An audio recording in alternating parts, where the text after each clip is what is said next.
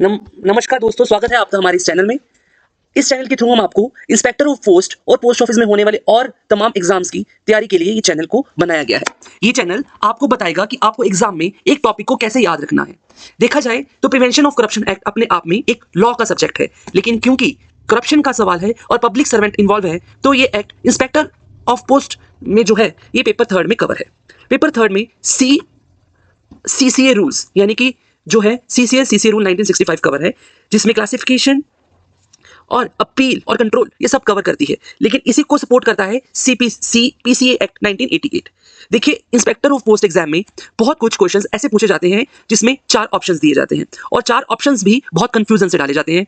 मान लीजिए कि आपसे पूछा जाएगा कि प्रिवेंशन ऑफ करप्शन एक्ट कब लागू हुआ था, तो आप कैसे याद रखेंगे? आपको जब एग्जाम की डेट होगी उस टाइम पे बहुत सारे एक्ट आएंगे और आपको ये याद रखना मुश्किल हो जाएगा कि ये एक्ट कब लागू हुआ था। तो आपको इस चैनल के थ्रू हम बहुत सारी ट्रिक्स बताएंगे और बहुत ईजी वे से आप चैप्टर को याद कर सकेंगे।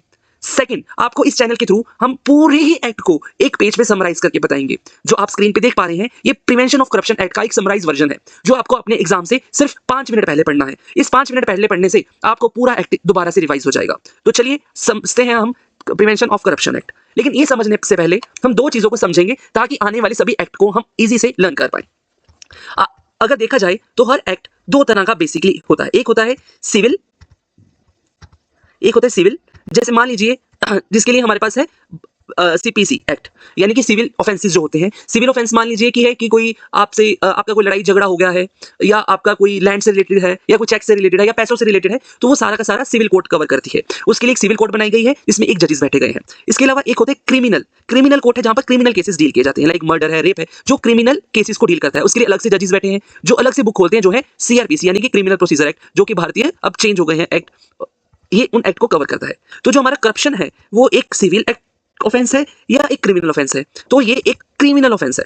तो बात आती है कि अगर यही 2 एक्ट थे, यही 2 हम करते हैं, तो उसके लिए प्रिवेंशन ऑफ करप्शन एक्ट बनाने की जरूरत क्यों पड़ गई? देखिए, prevention of corruption act, corruption एक अपने आप में बहुत बड़ी समस्या बन गई है आजादी के बाद भारत के लिए। तो इसको फाइट करने के लिए करप्शन के केसेस 1988 से पहले क्रिमिनल कोर्ट में लड़े जाते थे, क्योंकि क्रिमिनल कोर्ट में जो ग्रेव ऑफेंसेस हैं उनको भी देखा जाता है, जिससे कि करप्शन केसेस और बढ़ते जा रहे थे, क्योंकि उनका समाधान जल्दी नहीं हो पा रहा था। तो उसका समाधान करने के लिए एक अलग से एक्ट बना दिया, जो कि थोड़ा बहुत सीआरपीसी से उठा के एक अलग से एक्ट में मर्ज कर दिया, जिसको कहते हैं प्रिवेंशन ऑफ करप्शन एक्ट। और इसके लिए क्या किया, जजेस को भी जो क्रिमिनल प्रोसीजर यानी क्रिमिनल ऑफेंसेस वाले कोर्ट में जो बैठते थे जजेस, उसमें से कुछ जजेस को एज अ स्पेशल जजेस नॉमिनेट कर दिया, जो सिर्फ करप्शन का ही काम करेंगे, यानी कि करप्शन ऑफेंसेस पे ही डील करेंगे। तो सारा एक्ट इस पे डिपेंड है कि एक स्पेशल कोर्ट बना है जो कि इसको डील करेगा और स्पेशल पेनल्टीज देगा। तो सीपीसी जो एक्ट है, जो prevention of corruption act PC act है, बेसिकली एक स्पेशल एक्ट बनाया गया है, जो कि क्रिमिनल जो हमारे सेशन यानी कि सेशन जजेस जो होते थे, उनको एक स्पेशल जजेस का दर्जा दे दिया, उनका एक स्पेशल कोर्ट बना दिया। वो अलग से प्रोसीजर बनाएंगे और उस बंदे को एक स्पेशल ऑफेंसेस देंगे अंडर पीसी एक्ट देखोगे और सीआरपीसी एक्ट, दोनों में से किसी भी एक्ट को खोलेंगे, यानी कि ये कि जजेस 2 किताब खोलेंगे, एक तो पीसी एक्ट के अंदर जो ऑफेंसेस हैं और सीआरपीसी के हैं, और वो ऑफेंसेस को उस एक्यूज्ड को जो उस बंदे ने करप्शन ली है या दी है, इवन मिडल मैन है, उसको भी हम लेंगे। तो इसको समझने के लिए, इसको लर्न करने के लिए सबसे पहले हम सारी चीजें लर्न करेंगे बेसिक से, कि हम कैसे इस पूरे क्रिमिनल एक्ट को हम याद कर सकते हैं। देखो, अगर हम कहें कि करप्शन क्या है, उसके लिए एक टैगलाइन सबको याद आती है, जो बहुत इंपॉर्टेंट टैगलाइन है। वो टैगलाइन है say no to corruption, no corruption. ठीक है, नो करप्शन तो हर कोई कहता है, नो करप्शन से ही हम अपना सारा याद रखेंगे। देखिए, नो करप्शन मतलब है नो मींस 9, तो सारा कुछ हम 9 से याद रखेंगे। तो ये कौन सा एक्ट था? That is 49th act. ठीक है, और कब बना? 1988। देखिए, 1988 का ही है, तो हम बेसिकली आपको ये भी याद हो गया कि 9 सितंबर, यानी कि 99 2 बार आ गया। और अमेंडमेंट इसकी 2018 में हुई है। अगर 8 और 1 को प्लस करोगे तो वो भी 9 है। और कब अप्लाई जो अमेंडमेंट हुई थी वो कब अप्लाइड हुई है? वो है 26 जुलाई 2018। वो कैसे याद रखेंगे? इसको भी आंतरिक बहुत इजीली है। देखिए, 6, 7 और 8 लगातार आ रहे हैं, इस तरीके से आप लर्न कर सकते हो। तो मैजिकल नंबर इस एक्ट को लर्न करने का है 9, नो यानी कि नो करप्शन से। तो इसमें क्या कहता है ये एक्ट? कहता है बेसिकली, समझ लो यहाँ पर, अगर कोई पब्लिक सर्वेंट, ये आम करप्शन पे मतलब ये उस चीज पे अप्लाई होता है जब कोई public servant other than legal remuneration कुछ बेनिफिट लेता है। मान लीजिए एक पब्लिक सर्वेंट काम कर रहा है और उसको 10,000 रुपया सैलरी मिलती है, और उसको बताया गया तुमने ये 10 काम करने हैं। वो 10 काम तो कर रहा है, लेकिन किसी को एडवांटेज देने के लिए वो 11वां काम भी कर देता है, जिससे उसको एक्स्ट्रा पैसे मिल रहे हैं या एक्स्ट्रा फेवर मिल रहा है। ठीक है, तो वो एक करप्शन का पार्ट है। तो बेसिकली मान लीजिए पैसा ही ब्राइबरी नहीं है, उसको मान लीजिए कोई फेवर भी दे रहा है, that is also a corruption. ठीक है, तो बेसिकली यहाँ पर क्या आएगा? सिर्फ पब्लिक सर्वेंट किस पे अप्लाई होगा? पब्लिक सर्वेंट, वो सेक्शन 2C पे कवर करेगा, और सी से ही बनता है 5। देखिए, ये सी है और सी से मैं बोलूंगा तो 5। तो कुछ ऐसे पब्लिक सर्वेंट्स हैं जिनको एग्जम्पशन है, वो सेक्शन 25 कवर करेगा। धीरे धीरे आगे हम इसको लर्न करेंगे तो आपको इजीली याद हो जाएगा। अगर कोई पब्लिक सर्वेंट किसी भी पार्टी यानी किसी से भी, चाहे वो मेन बंदा है देने वाला, चाहे वो मिडलमैन है, पैसा लेता है, इवन पैसे लेने की कोशिश भी करता है, यानी कि अटेम्प्ट अबेटमेंट या कॉन्स्पिरेसी यानी कि कोई प्लानिंग बनाता है वैसी, तो उसको भी एक्यूज गिना जाएगा।